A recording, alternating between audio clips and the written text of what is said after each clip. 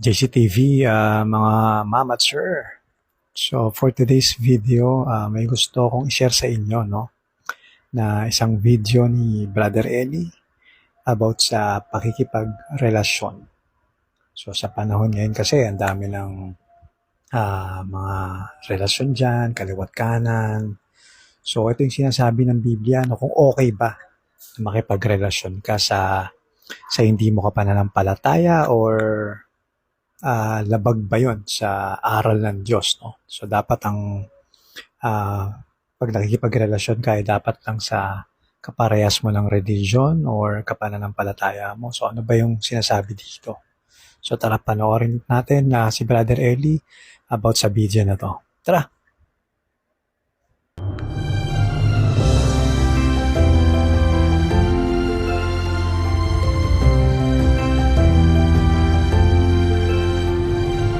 Mahihikayat mo ba siya?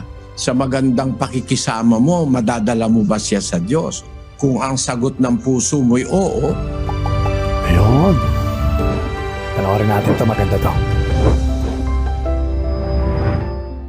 minsan meron kang gusto, hindi mo naman kasama sa iglesia, no? Hindi naman bawal yun. Hindi naman. Lalo na kung may pag-asa ka namang bandang huli, mahikayat mo, no?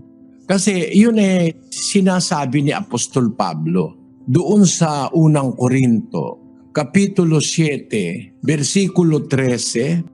At ang babaeng may asawang hindi sumasampalataya at kalooban niyang makipamahay sa kanya, ay huwag niyang hiwalayan ang kaniyang asawa.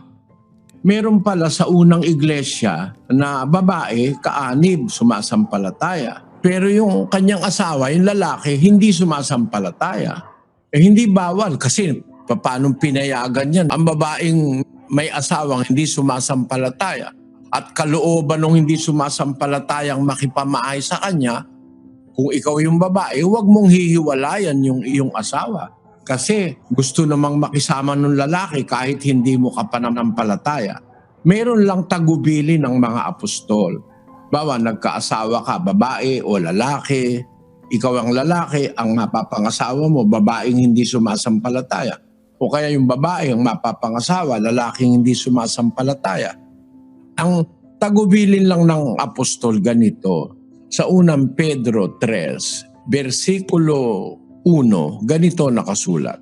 Gayon din naman, kayong mga asawang babae, pasakop kayo sa inyong sari-sariling asawa, upang kung ang ilan ay hindi tumalima sa salita, ay mga hikayat ng walang salita sa pamamagitan ng ugali ng kani-kaniyang asawang babae.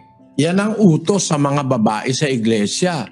Kung yung asawa mo hindi naman tumatalima, hindi sumasampalataya, pakikisamahan mo ng mabuti para sa pamamagitan ng ugali mo. Bawa, upang ang ilan hindi tumalima sa salita, ayaw silang makinig sa salita, ay mga hikayat ng walang salita sa pamamagitan ng ugali ng kani-kanyang asawang babae. So ang pag-asa mo, sa mabuting pakikisama, mahihikayat mo siya later on. You can win your wife for the Lord or you can win your husband for the Lord. Yun ay nagaganap pag mabuti kang makisama. May pantas kang pakikisama sa asawa mo kahit hindi sumasampalataya.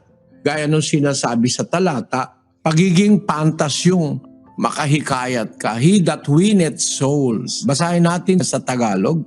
Ang bunga ng matuwid ay punong kahoy ng buhay, at siyang pantas ay humihikayat ng mga kaluluwa. Yung pantas nakakahikayat ng mga kaluluwa. Yung kaluluwa papunta sa Diyos, ano? Pero pag ang hihikayat sa tao, mga kampo ng demonyo, mas madaling manghikayat Pero pagka yung panghihikayat sa Diyos, ang nakakagawa noon na makahikayat siya sa Diyos ay yung pantas.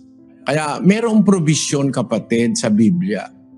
Kung nagustuhan mo, talagang yun ang gusto mo. You want to spend the rest of your life with that particular person. Kahit hindi siya kapananampalataya, pwede naman, di naman ipinagbabawal yun. Kaya lang, meron kang tinitignan na obligasyon sa hinaharap. Mahihikayat mo ba siya? Sa magandang pakikisama mo, madadala mo ba siya sa Diyos? Kung ang sagot ng puso mo'y oo, pwede kang mag-asawa.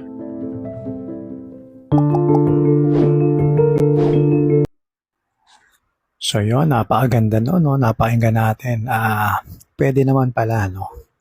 Hindi naman pala pinagbabawal ng Diyos yung pakikipagrelasyon o pag-aasawa sa hindi mo pananampalataya o kaparehas mo ng religion, no? Pwede naman, may provision naman pala sa Bible. Pero may layunin ka lang, no? Yung parang may intention ka na, halimbawa, magkaiba kayo ng religion, no? May intention ka na hikayatin mo siya. Dahil siyempre paniniwala mo na nasa tama ka na.